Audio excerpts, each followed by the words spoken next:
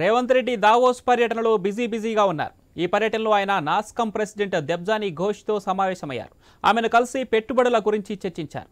రాష్ట్రంలో యువతకు నైపుణ్య శిక్షణ, డిగ్రీ, ఇంజనీరింగ్ విద్యార్థులకు విలువలతో కూడిన విద్య, ఉపాధి కల్పన గురించి ఆమెతో చర్చించారు. ఈ సమావేశంలో ఐటీ శాఖ మంత్రి శ్రీధర్ బాబు, ఇతర అధికారులు ఉన్నారు. ఇక సీఎం హోదాలో తొలిసారి విదేశీ పర్యటనకు వెళ్లారు రేవంత్ రెడ్డి.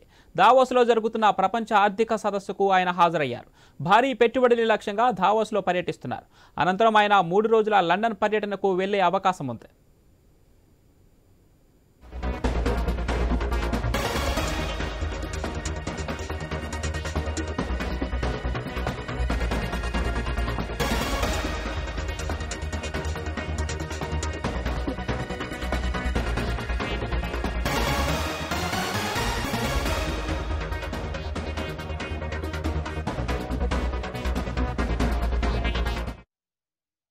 రేవంత్ రెడ్డి దావోస్ పర్యటనలో బిజీగా ఉన్నారు.